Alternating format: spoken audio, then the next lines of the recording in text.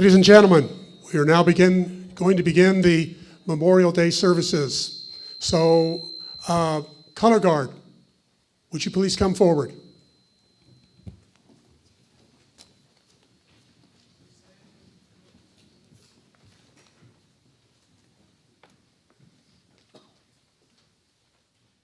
Color Guard, attention. Audience, please rise. Scout salute. Those not in uniform, please place your right hand over your heart. Color Guard, advance.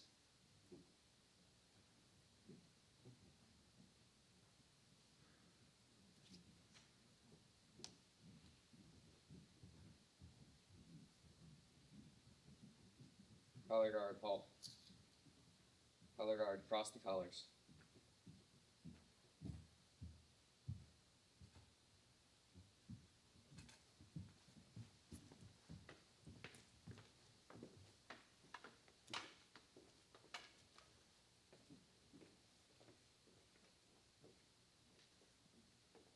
Please recite the Pledge of Allegiance.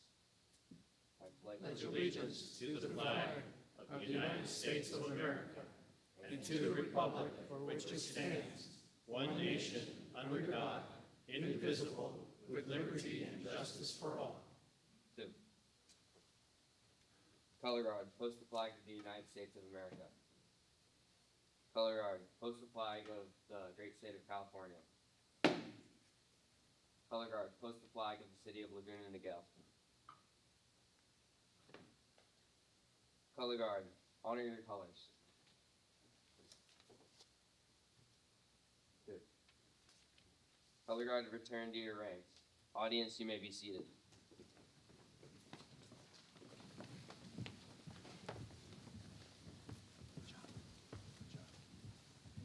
Go do it. Okay. Good afternoon, everyone. Let us all remember those who have made the ultimate sacrifice for freedoms we enjoy every day. Let us all remember our servicemen and women as well as the families of our troops. We ask for your unique blessings to fill our homes, and we pray for the peace and provision and strength that will fill their lives.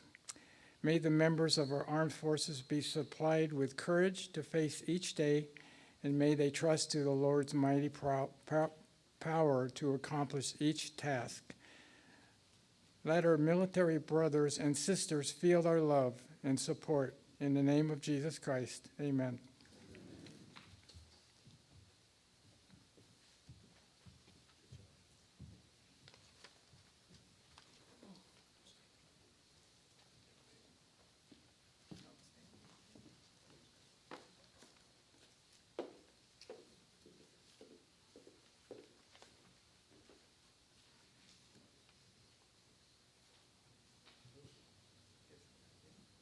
Please rise.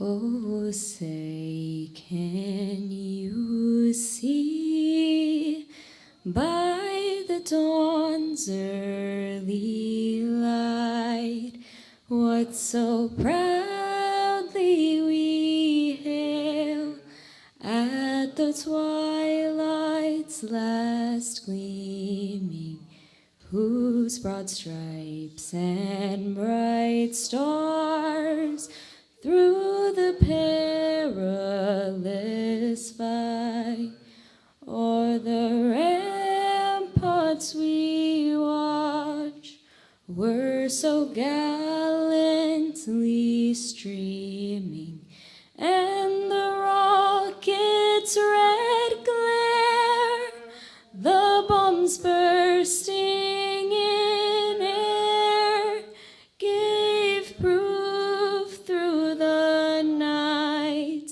that our flag was still there. Oh, say does that star-spangled banner yet wave o'er the land of the free and the home of the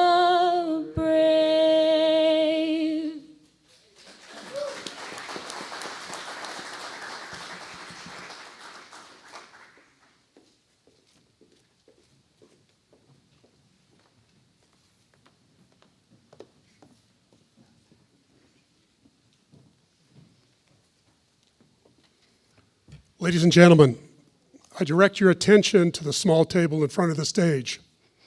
The table is set for one. The table is our way of symbolizing the fact that members of the armed services are missing. They are commonly called POWs or MIAs. They are unable to be with us this evening, so we remember them. The tablecloth is white, symbolizing the purity to respond to their country's call to arms. The single red rose displays in a vase reminds us of the families and loved ones of our comrades in arms who kept the faith awaiting their return. The yellow ribbon tied so prominently in the vase is to remind us of the unyielding determination to demand a proper accounting for our missing. The candle symbolizing the upward reach of their unconquerable spirit. The glass is inverted. They cannot toast with us today. First Vice Commander, begin the POW ceremony.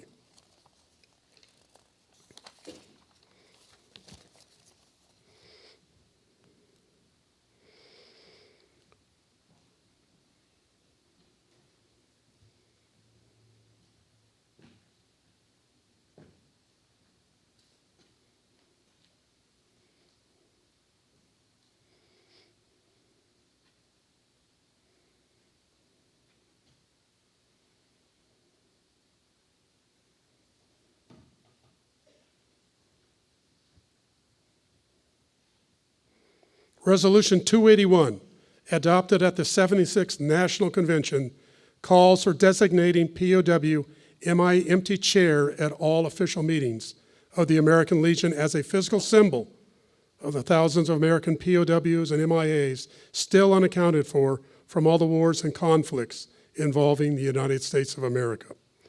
The POW MIA flag on the empty chair is a reminder for all of us to spare no effort to secure the release of any American prisoners from captivity, the repatriation of the remains of those who died bravely in defense of liberty, and a full accounting of those missing.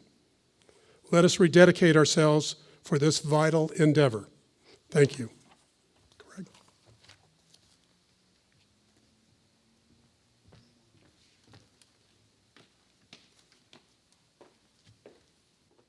Good afternoon, everyone. My name is Craig Alexander. I serve on the board of the American Legion Post 281 as its judge advocate. But I'd like to thank you all for attending today.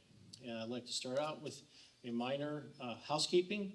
If you have a cell phone, please turn it on vibrate at this time.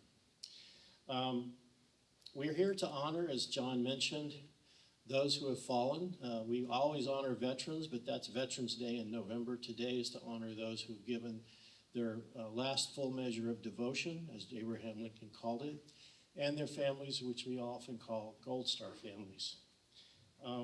At this time, we'd like to recognize some very special people, elected representatives of our government, the government that our veterans who we celebrate today fought and died for, our democracy. I'd like to start and ask each of the electeds to stand with their name is called and be recognized by our esteemed attendees. The first one is State Senator Stephen Choi. Thank you for being here, Senator Choi. And the next is Lori Davies here today. I don't see Lori. Is anyone from her office here? Okay. I understand that our 5th District Supervisor, Katrina Foley, can't be here today, but there's somebody from her office, I believe. Thank you, sir. What is your name? Drake. Drake. Drake is here. Thank you, Drake, for being here. The gentleman that'll take over the podium for me, Mayor of the City of Laguna Niguel, Gene Johns.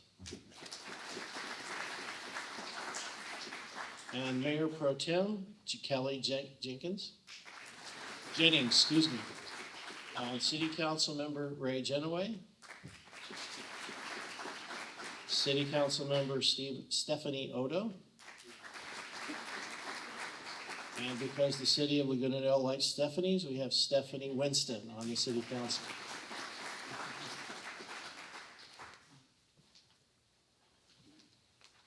Back to my remarks.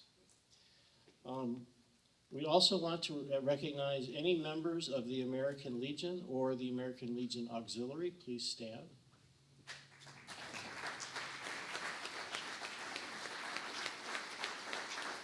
Thank you. And we'd like all veterans at this time to stand, American Legion member or not. Thank you for your service. And we'd also like to thank today a very special person and her staff, Lynn Hewitt from the city of Laguna Niguel, without whom we would not be able to have this wonderful celebration today. With that, I will now turn over this to our mayor, Gene Johns. Thank you, Gene. Very much. Take care.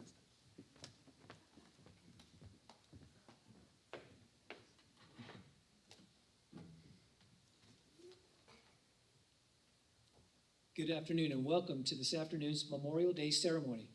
I'm your mayor, Gene Johns, and it is my pleasure to be here today as we proudly honor the brave men and women who paid the ultimate sacrifice in service to this great nation.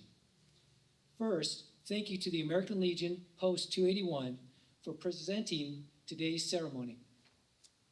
The City of Laguna Niguel and the entire City Council are honored to host this ceremony as your partner. Here in Laguna Niguel, we hold a deep respect and a debt of gratitude for the sacrifices of our esteemed service members and their families. And while we can never adequately express the great respect and immense gratitude, gathering here today shows our community's commitment and the value that we place on those who are called to service. This year, our nation celebrates its 250th birthday. It's crucial that we continue to honor and pay tribute to the over 1 million courageous men and women who have sacrificed their lives to protect our freedoms throughout our nation's history. Without these brave men and women, our freedoms, rights, and quality of life would not be what they are today. As a community, our way of life is a direct result of the brave actions of those who have served to protect our great country. As we always ensure that the sacrifices made by our nation's finest never go unappreciated, and that their memories are never forgotten. This is exactly why events like this are so important to a community.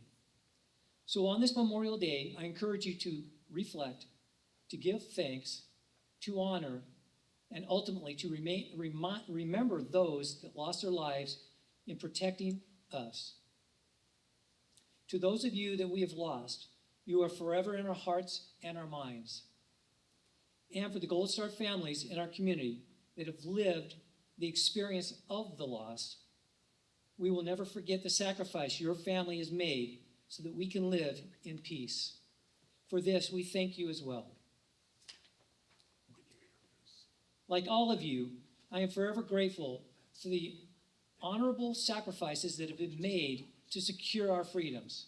I vow that such selflessness, service, and sacrifice to this country will never be forgotten here in the remarkable city of Laguna Niguel. Thank you so much.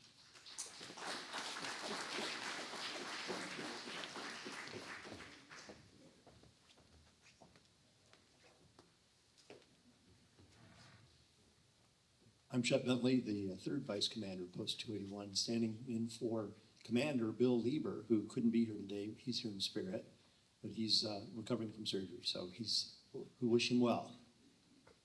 It's my privilege to introduce our guest speaker, Captain Skip Stevenson, serves from 1966 to 1970, branched United States Marine Corps. Graduating from the United States Naval Academy in 1966, Skip was commissioned as a second lieutenant in the United States Marine Corps and soon completed rigorous training at Quantico, the Army Airborne School at Fort Benning, and the Army Artillery School at Fort Sill. In May of 1967, he was deployed to Vietnam, serving first as a Marine Rifle Platoon Commander and forward observer before rotating to an artillery battery during his 13-month combat tour.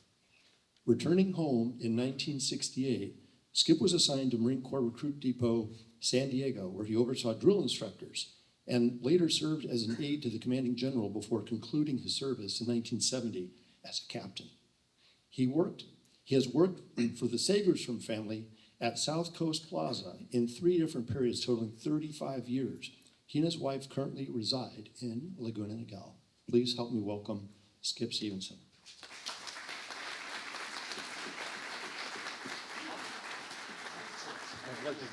Appreciate it very much. You bet.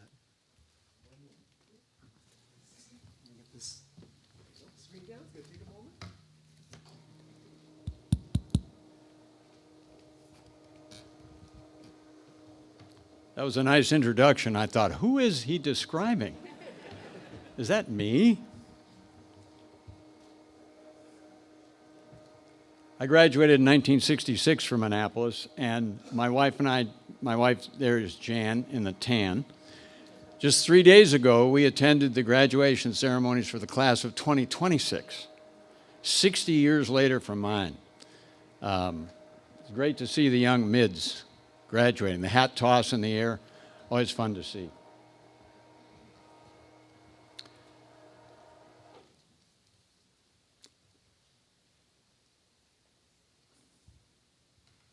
I need to point this there, right? Good.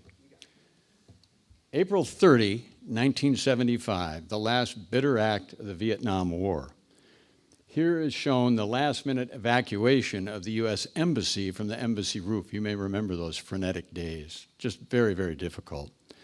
Those personnel and refugees were flown to 3 aircraft carriers off the coast of Vietnam, one of which was the USS Midway, currently a floating museum in San Diego Harbor. So when you stand on the deck of the Midway, you can picture the chaos. You remember they tossed helicopters over the side because they couldn't. It was just horrible, horrible. 4 years later, a group of Vietnam veterans in 1979 formed a nonprofit organization to build a memorial to those who had fallen in the war. A year later, Congress devoted a 2-acre parcel here for the memorial. Here's the Lincoln Memorial, the reflecting pool, and the Washington Monument. The committee decided to hold an open competition to design the memorial, open to all. A first place prize of $20,000. So 1,400 entries were submitted, 1,400. They were displayed in an aircraft hangar by number only, no names, just by number. The selection jury picked 232 as semifinalists, 39 for finalists, and the winner was Maya Lin, a 29-year-old architectural student from Yale.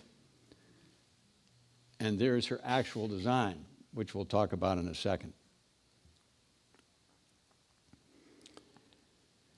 The memorial consists of 2 intersecting walls in the center to form a V shape. One end points to the Lincoln Memorial, the other end points to the Washington Monument. The walls are only 8 inches high at either end, but increase in height to 10 feet high in the middle where the walls intersect. From either end, the visitor descends down to the higher wall and then ascends to the other end, representing the descent into war and the ascent into peace. There was great opposition to the memorial because it was the bleak black color, the fact that it was below ground, but most important that it didn't have the heroic soldier image that most war memorials have. A good example of which, did I miss it? I missed it. Vietnam. I have a picture of the Iwo Jima Monument, which you know is a soaring monument to the Marine Corps' toughest fight in Iwo Jima in World War II. That's the kind of memorial that people wanted to see, not what somebody described as a black gash of shame. Very controversial. Nonetheless, the opinion of the committee prevailed, and the monument opened in 4 years later in 1992. You can see the great enthusiasm on opening day. The black granite material came from India because it had a high reflective quality when it was polished. The individual panels were formed in Vermont, formed and shaped, and the individual names were sandblasted in Memphis, Tennessee. 58,320 names. The names are listed in chronological order of death. Earliest first, latest later. So 1964 to 1975. 58,320.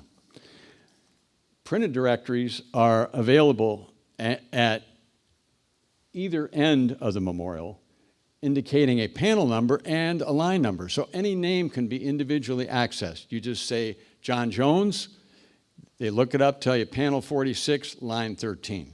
And volunteers are there to help, as well as give sketch materials if you want to etch a name, as, excuse me, as this veteran is doing here.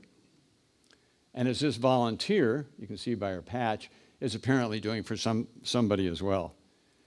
Now, my grandson, our grandson, my wife likes to say, visited the memorial a couple of years ago, and to give context, I asked him to sketch a name. A good friend of mine from Annapolis, John W. Doherty, was the first Marine to fall from our class. And I asked our grandson Wyatt to sketch the name, and here it is. Yeah. Moving on. At the dedication of the wall held in the National Cathedral, the names were read continuously for 65 hours, one name every 4 seconds. That practice has continued over the years. Every 5 years, they have a reading of the names that continually read throughout the night. This is an interesting image of somebody reading under the lights, reflected in the wall itself. Pretty interesting image.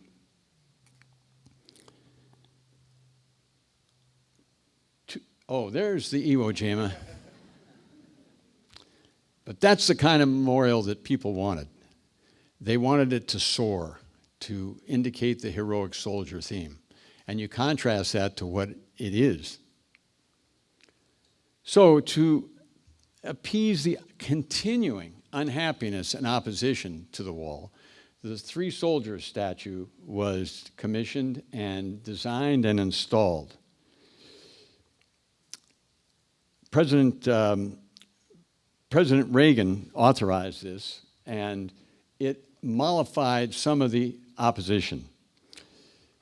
The three male models represent the three major ethnic groups which comprise the U.S. ground forces, actually U.S. forces in Vietnam during the Vietnam War. On the left is a Latino American with the M60 machine gun and linked ammunition. You carried ammunition either in a box or draped over the body like that. The problem with doing it this way is the rounds could get dirty and jam the gun, but that's another subject. In the middle is a male Caucasian American, and on the right is an African American with the ubiquitous M16 infantry rifle, standard rifle. The sculptor, interesting quotation from him. He said, "We carried a full-size mock-up of the soldiers around the memorial site, trying to many locations until we hit upon the perfect spot. It was here that the three figures of the sculpture appeared to be looking at the names of their fallen comrades." And so when you're there, you can see they're actually looking at the wall. And he made another interesting comment. He said, "I'd put the folds of those fatigue jackets and pants against the folds of any medieval carved angel you could find." Pretty interesting. They are beautiful sculptures. So 6 years after the installation of that, there was a groundswell that the men are represented, but the women aren't. So the women made a big, big effort over a number of years to get their own statue. And here it is. And it was with great support from male veterans. So this is the Vietnam Women's Memorial Statue. It's a fallen soldier with a nurse here and a nurse there, and there's another nurse around the side we'll look at in a moment. But there's an interesting aspect to this because this nurse here is holding this nurse's hand, and she's looking skyward. And the sculpture never acknowledged what this nurse was looking or thinking about. Some people speculate she's looking heavenward. Others speculate that she is hearing the approach of the medevac helicopter. Pick your own. A Marine in attendance who had lost both legs in Vietnam suggested that this statue should have been put closer to the wall because, as he said, the nurses were the last people that some of these Marines and soldiers saw before they died.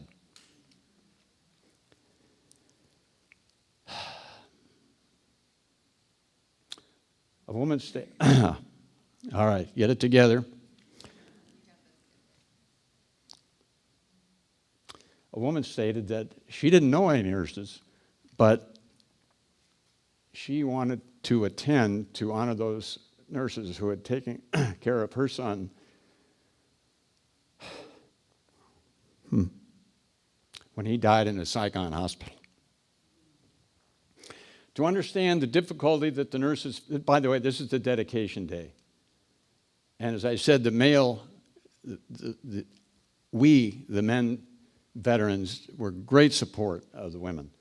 And this is a terrific book if you want to understand what those nurses went through. This debuted in 2022 and was on the New York Times bestseller list. The Women, great book, very realistic. Over the years, there have been a number of replica traveling versions of the wall to bring the wall to people who can't come to Washington to see it. This is a particularly pretty one on a coast somewhere, particularly nice version. And this is a version that I think I saw about 25 years ago in a rural Wisconsin town, different version.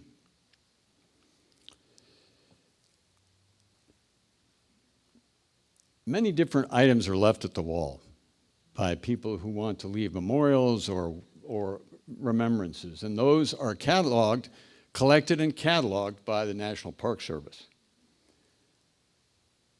This is an interesting one.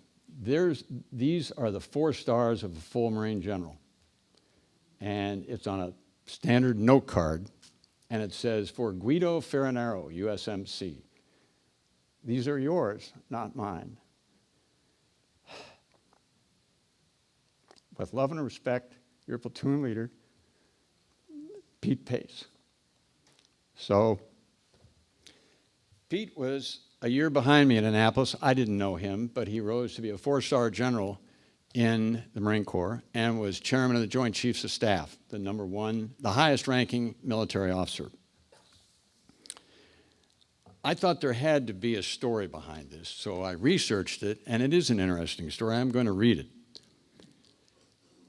These are in General Pace's words. "There was an event in Vietnam where I almost made a very serious mistake. We were on a patrol, and a young Marine named Lance Corporal Guido Ferranaro, 19 years old, from Bethpage, New York, was killed by a sniper. The bullet came from a nearby village, and I was the platoon leader, and he was my machine gun squad leader. I was enraged, and I called an artillery strike to get the sniper. Then I looked to my right, and I saw a 21-year-old Sergeant Reed Zachary. He said nothing, but he simply looked at me. And I suddenly realized that what I was about to do was wrong.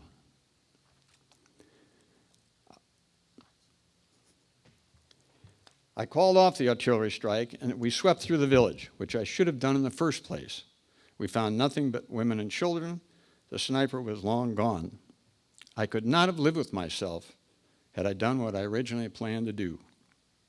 I'd almost allowed my rage to overcome me. Later, I called my platoon together and apologized to them. I told them that that had it not been for Sergeant Zachary, I would have made a terrible mistake. The reaction of the platoon was amazing, an understanding response, and I learned the importance of a leader admitting mistakes.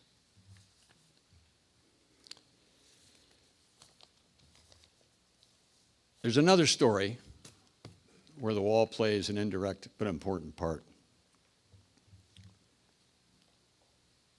Chaplains of random denominations have always been a part of the military, and 3 of them have won the Medal of Honor, Congressional Medal of Honor. I'm going to tell you about one. Captain Charlie Latecki was a Catholic chaplain attached to an Army battalion north of Saigon in 1967. Here he is ministering to the troops in the field. The battalion to which he was attached was ordered to aggressively confront a reported enemy concentration. Although he carried no weapon, Chaplain Latecki liked to march at the front of the formation rather than in the rear with a battalion command group, which was the traditional location of the chaplain. At first contact with the enemy, it was evident the battalion was badly outnumbered, and survival became very much in the minds of everyone. Chaplain Latecki moved fearlessly and conspicuously around the battlefield, giving last rites and aid with no regard for his personal safety. His most conspicuous act over several hours was crawling on his belly out to a wounded, stranded soldier. Upon reaching that soldier, Latecki flipped onto his back, pulled the soldier on top of him, and using his elbows and hands, pushed back to relative safety. There's another picture of Chaplain Latecki. President Johnson awarded him the Medal of Honor at the White House. But that was only half of Charlie Latecki's story. He wrote a book about the remainder of his journey. 10 years after receiving the Medal of Honor, he left the Army, he left the Catholic Church, and he married a former nun. How's that for a trifecta? He became an outspoken critic of what he believed were injustices by the U.S. government, such as the support of brutal South American and Central American dictators only for the purpose of preventing communism in those countries. He thought that was wrong. To gain public awareness of his causes, he publicly and formally renounced his Medal of Honor. He placed it and a letter of explanation in an envelope, addressed it to President Ronald Reagan, and placed it at the bottom of the wall. He had by then come to believe that the U.S. war and the Vietnam War was a misguided effort. No other Medal of Honor winner has ever renounced his medal. For the remaining 31 years of his life, Charlie Latecki was a full-time protester for humanitarian causes. Here he is on the Capitol steps, urging reconciliation with Vietnam in 1989, fasting, near-death fasting.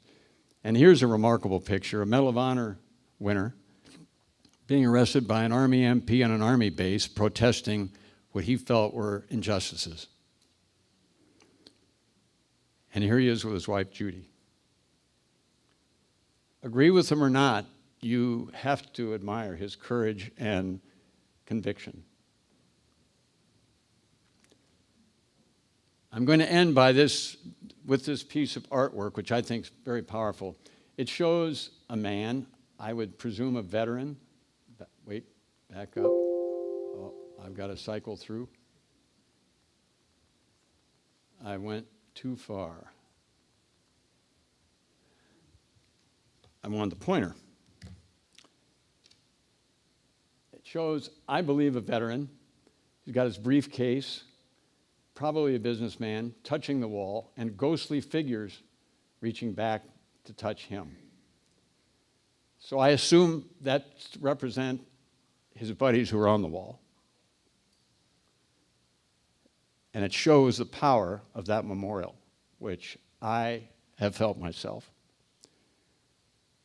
Those etched names will endure. Those etched names will endure. And thanks very much.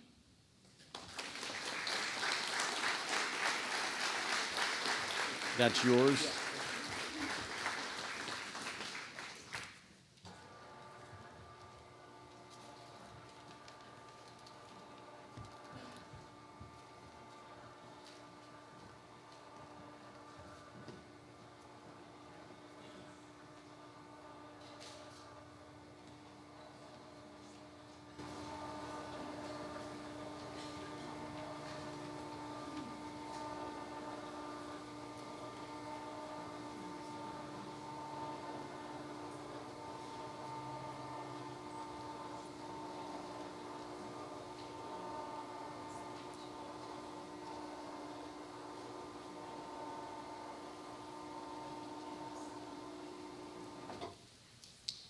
We will now begin our post-everlasting ceremony. Please rise, and if you are covered, uncover.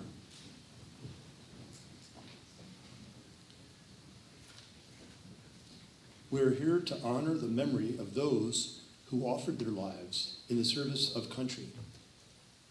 The ceremony is meant to preserve their memory, recognize their sacrifice, and remind the living of the values they defended: duty, courage, loyalty, and service. This ceremony is also to ensure that service and sacrifice are never forgotten with the passing of time. It is my sad duty to report that the following comrades have been called from our midst. Daniel LeMay, United States Air Force. Delbert Block.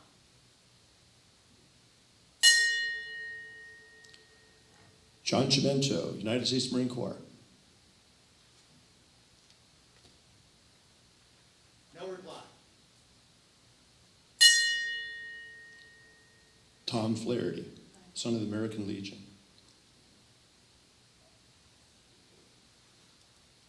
Delbert Block. Please remain standing for the wreath ceremony.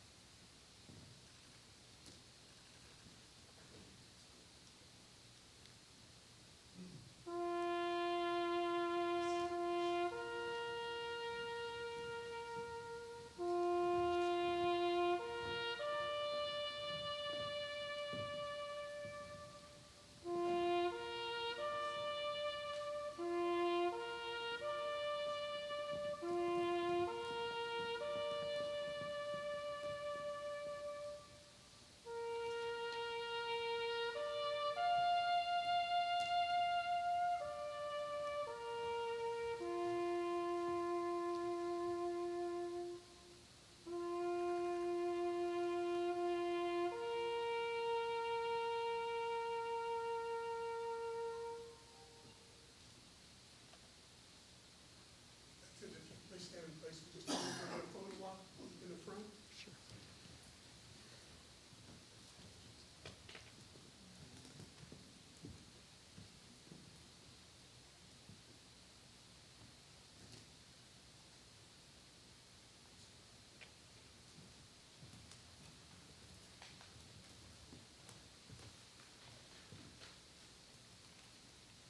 We'll now proceed to the closing prayer. Thank you very much. Okay.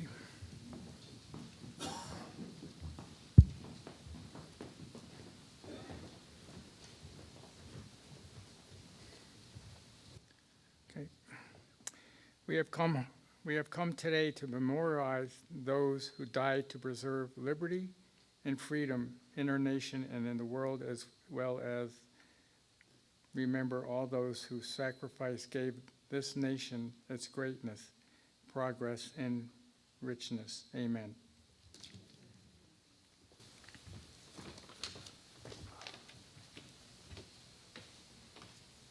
You may be seated. Small change in our program. I'm going to give the closing remarks, and then we'll have the Boy Scouts do the color guard and our closing song by Mr. Kelly. And when he is done, that will be the end of the program. I'd like to thank everyone for coming today, taking time out of your holiday, but a holiday we consider very serious, as you've heard today. Especially, I'd like to thank our guest speaker. He did an excellent job. Can we give him a round of applause?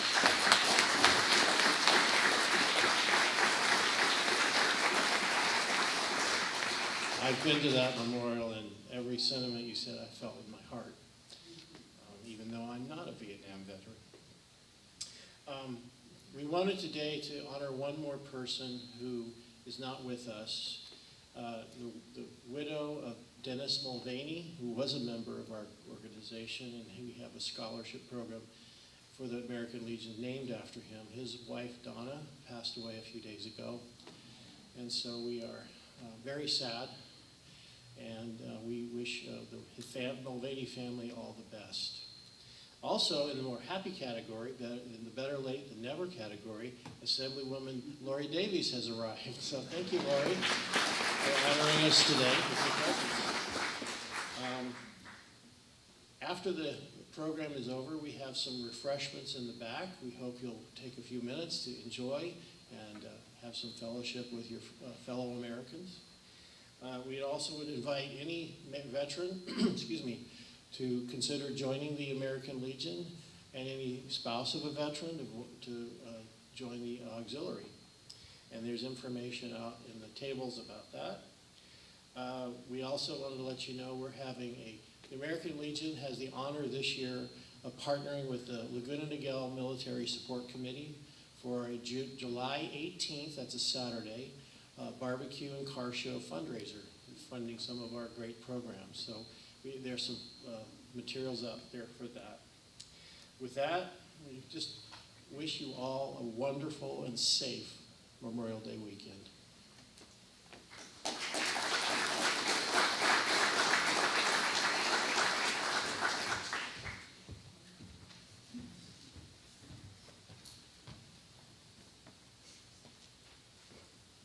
Audience, please rise. Color guard advance.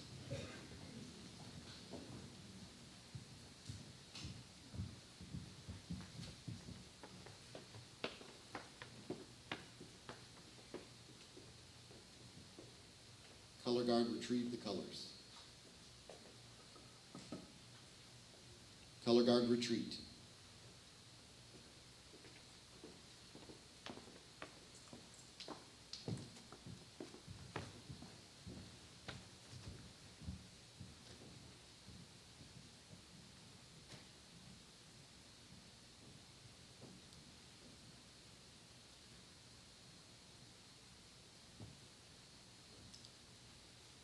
Audience may be seated.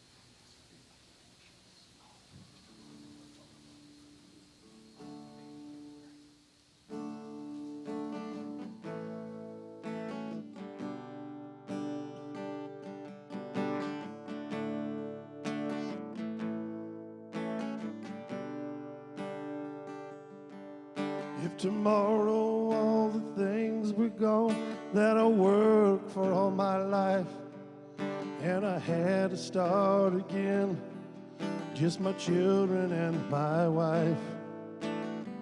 Thank my lucky stars to be living here today, 'cause the flag still stands for freedom, and I can't take that away.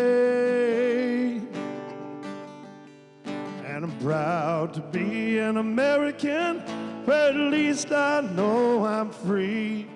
And I won't forget the man who died, who gave that right to me. And I gladly stand up next to you and defend her still today. 'Cause there ain't no doubt I love this land. God bless the USA.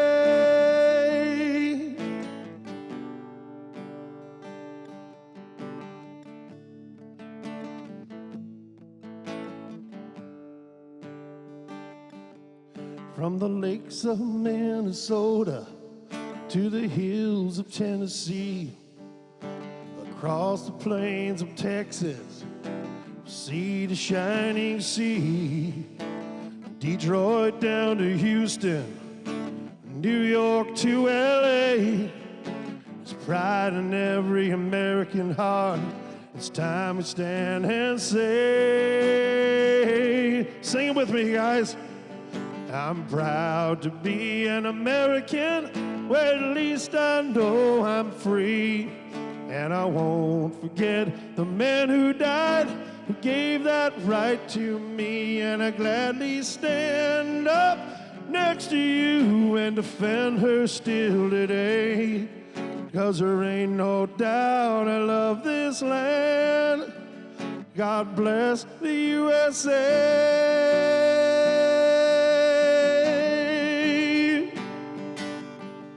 And I'm proud to be an American, where at least I know I'm free. And I won't forget the man who died, who gave that right to me. And I gladly stand up next to you and defend her still today. 'Cause there ain't no doubt I love this land. God bless the USA.